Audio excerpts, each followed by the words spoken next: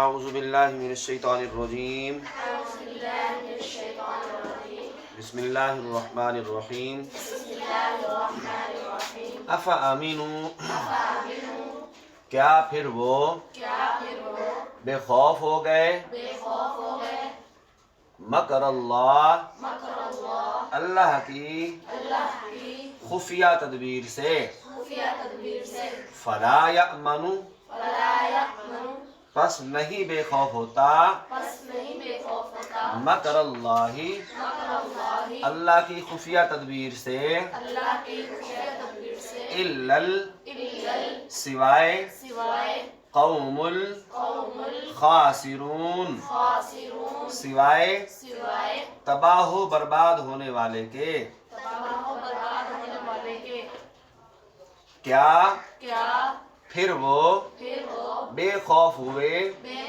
اللہ کی خفیہ تدبیر سے پس نہیں بے خوف ہوتا اللہ کی خفیہ تدبیر سے مگر تباہ و برباد ہونے والے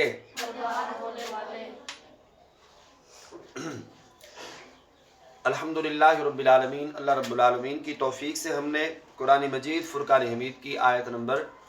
99 تلاوت کی ہے۔ دعا کیجیے اللہ تعالی ہم سب کو قرآن مجید کا فہم نصیب فرمائے اور سب کو بشمول میرے اللہ تعالی عمل کرنے کی بھی سعادت نصیب فرمائے۔ ارشاد فرمایا رب العالمین نے افامنوا مکر اللہ، کیا فرمایا؟ افامنوا مکر اللہ، فرمایا کہ یہ لوگ جو ایمان نہیں لاتے کیا پھر وہ بے خوف ہوئے؟ کیا پھر وہ بے خوف ہوئے کس چیز سے؟ مکر اللہ اللہ کی خفیہ تدبیر سے۔ کس سے؟ اللہ کی خفیہ تدبیر سے۔ کل جو آیات ہم نے پڑھی تھیں اگر آپ کے ذہن میں اس کا مفہوم موجود ہو تو آپ نے اس میں یہ بات سیکھی تھی کہ اللہ رب العالمین ارشاد فرما رہے تھے کہ کیا بستیوں والے اس بات سے بے خوف ہو گئے کہ ان پر اللہ کا عذاب اس وقت آئے جب وہ نائمون، جب وہ سو رہے ہوں،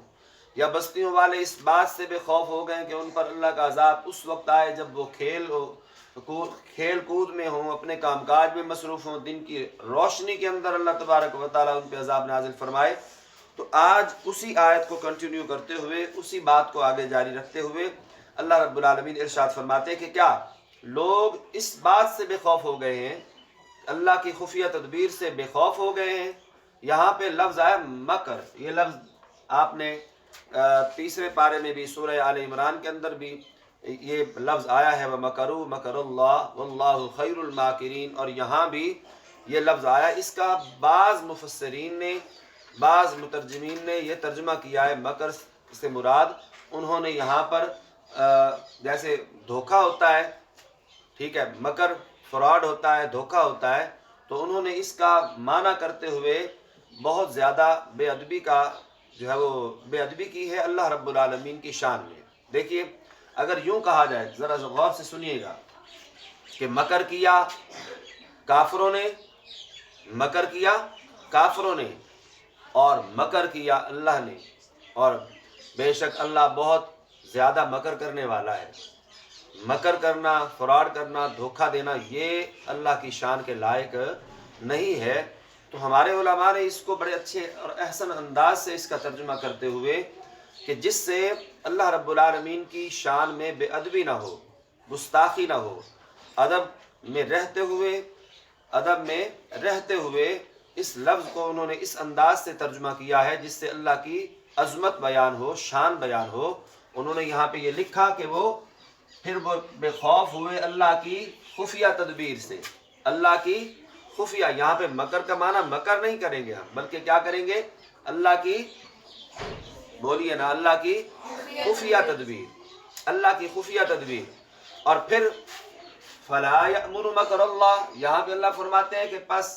نہیں بے خوف ہوتا، نہیں بے خوف ہوتا۔ کفار کی بات الگ ہے کہ وہ بے نڈر ہوتے ہیں، بے خوف ہو جاتے ہیں۔ کس لیے بے خوف ہوتے ہیں؟ چونکہ ان کا رب پہ ایمان نہیں ہے، وہ رب کو مانتے نہیں ہیں، نہ رب کے رسول کو مانتے ہیں، نہ اللہ کی طرف سے بھیجی گئی ہدایت پر عمل پیرا ہوتے ہیں، تو وہ سمجھتے ہیں کہ یہ جو ہم پہ، ہمارے آباء و اجداد پہ جو وبال آئے ہیں، جو مصیبتیں آئی ہیں، یہ عذاب نہیں تھا، بلکہ یہ تو روٹین کی بات ہے کہ کبھی اچھے دن ہے کبھی برے دن ہے۔ تو اللہ فرماتے ہیں کہ یہ بات یاد رکھیے گا، فلا یأمن مکر اللہ، بس بے خوف نہیں ہوتا کون؟ الا القوم الخاسرون، وہی بندہ بے خوف ہوتا ہے جو تباہ ہونے والا ہو، جو ہلاک ہونے والا ہو، جو برباد ہونے والا ہو، جو خسارے میں ہو۔ خسارے میں جو بندہ مبتلا ہو جاتا ہے تو وہ بے خوف ہوتا ہے۔ جس کو اللہ تباہ برباد کرنا چاہتے ہیں تو پھر وہ بے خوف ہوتا ہے۔ ایمان والے کی، مومن کی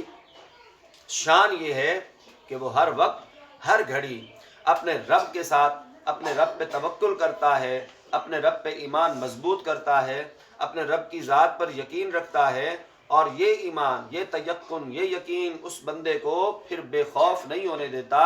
وہ ہر بات میں، یاد رکھیے گا، ہر بات کرتے ہوئے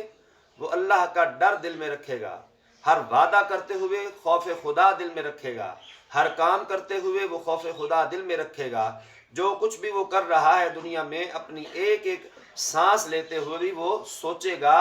اپنی ایک ایک سانس کے ساتھ اپنے رب کو یاد رکھے گا کہ میرا رب میری کسی بھی بات سے بے خبر نہیں ہے۔ میرا رب وہ ہے جو میری تنہائیوں کو بھی جانتا ہے، میرا رب وہ ہے جو میری لوگوں کے اندر بیٹھ کر میں جو باتیں کرتا ہوں ان کو بھی جانتا ہے، ان باتوں کے درمیان جھوٹ کتنا ہے اسے بھی جانتا ہے، ان باتوں کے درمیان ملاوٹ کتنی ہے اسے بھی جانتا ہے، اس بات کے اندر اخلاص کتنا ہے اسے بھی جانتا ہے۔ میرا رب منہ سے نکلی ہوئی بات کے ساتھ ساتھ دل کے اندر حقیقت کیا ہے اس حقیقت کو بھی اللہ جانتا ہے، جس سے میری تنہائیاں نہیں چھپی ہوئی،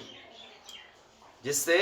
میری تنہائیاں نہیں چھپی ہوئی۔ اکیلا ہوں تب بھی، تنہائی میں ہوں تب بھی، اندھیرے میں ہوں تب بھی، روشنی میں ہوں تب بھی، اجالے میں ہوں تب بھی، لوگوں میں ہوں تب بھی، میں جہاں کہیں بھی چلا جاؤں، سمندروں کی تہ کے اندر، ساتوں آسمانوں کے اندر، پوری کائنات کے اندر، کوئی سمت ایسی نہیں ہے، کوئی جگہ ایسی نہیں ہے جہاں پر اللہ رب العالمین سے میں چھپ سکوں یا اپنی بات کو چھپا سکوں۔ میرا رب تو وہ ہے جو دل کے اندر پیدا ہونے والی بات کو، خدشات کو، دل کے اندر پیدا ہونے والے وسوسات کو بھی جانتا ہے، ہماری دھڑکنوں کا جو مالک ہے، ہماری دھڑکنوں کی آواز کو بھی، یہاں تک کہ اللہ رب العالمین کے محبوب علیہ الصلوۃ والسلام نے بڑے پیارے احسن انداز سے ہمیں یہ سمجھایا ہے کہ دیکھیے، گھپ اندھیری رات ہو، کالی سیاہ رات ہو، اس کالی سیاہ رات میں ایک کالی رنگ کی کیڑی، ایک کالے رنگ کی چونٹی کیڑی جو ہے وہ کالے سیاہ پتھر پر چلتی ہوئی جا رہی ہو، تو اللہ رب العالمین تو اس کے قدموں کے نشانوں کو بھی جانتا ہے، اسے بھی جانتا ہے۔ تو اس رب سے جب کوئی چیز چھپی ہوئی نہیں ہے تو پھر اللہ کی خفیہ تدبیر سے مومن جو ہے وہ ہر وقت ڈرتا ہے، اللہ کے پکڑ سے ہر وقت ڈرتا ہے، اللہ کے غضب جو ہے وہ اس کو سوچ کر اس کے بارے میں ذہن نشین یہ بات رکھ کے کہ اللہ چاہے تو ہماری پکڑ کر سکتا ہے، وہ اللہ کی خفیہ تدبیر سے ہر وقت ڈرتا رہتا ہے۔ مومن کی تو یہ شان ہے، اور جو کافر ہے وہ اللہ کی خفیہ تدبیر سے ڈرتا نہیں ہے، وہ آئے دن نڈر سے نڈر ہوتا چلا جاتا ہے۔ کس بات پہ؟ اللہ کی دشمنی میں اور اللہ کے احکام کی خلاف ورزی میں۔ وہ حد سے تجاوز کرنے والا اسے ہی کہا گیا ہے جو اللہ کی بات نہ مانتا ہو، رسول کی بات کو نہ مانتا ہو، جو ان کو کچھ بھی نہ سمجھتا ہو، بالآخر پھر اللہ کی خفیہ تدبیر غالب آتی ہے اور اس کو اللہ تباہ اور برباد کرتا ہے۔ جب وہ تباہ و برباد ہو جاتا ہے پھر کہتا ہے کاش میں نے رسول کی بات مان لی ہوتی، یا لیتنی اتخذت مع الرسول سبیلا، یا ویلتی لیتنی لم اتخذ فلانا خلیلا، یا لیتنی کنت ترابا۔ یہ جو ساری جو آیات میں نے پڑھی ہیں ان کا مفہوم یہی ہے کہ ان آیات میں اللہ تعالیٰ اس بندے کا پچھتاوا، کہ وہ وقت گزر جانے کے بعد پچھتاتا ہے، اس پچھتاوے کا ذکر کیا کہ کاش میں نے رسول کی بات مان لی ہوتی، کاش میں نے ان کافروں کے ساتھ دوستی نہ رکھی ہوتی۔ اور پھر اللہ کے غضب کو دیکھ کر قیامت والے دن اس کی زبان سے یہ بات نکلے گی، یا لیتنی کنت ترابا، کاش یہ جو اتنا عذاب ہو رہا ہے اس عذاب سے پہلے میں مر کے مٹی میں مٹی ہو جاتا تاکہ آج مجھے یہ عذاب نہ سہنا پڑتا۔ تو اس وقت کاش کرنے سے پہلے، اس وقت پچھتانے سے بہتر ہے کہ آج ہم سنبھل جائیں اور اپنے رب کی بارگاہ میں جھک جائیں اور اپنے گناہوں کی معافی مانگتے ہوئے آئندہ کے لیے احتیاط کرتے ہوئے اللہ کی بارگاہ میں حاضر ہو جائیں۔ اللہ تعالی ہم سب کو اپنی بارگاہ میں حاضر رہنے کی توفیق نصیب فرمائے۔ وآخر دعوانا الحمدللہ۔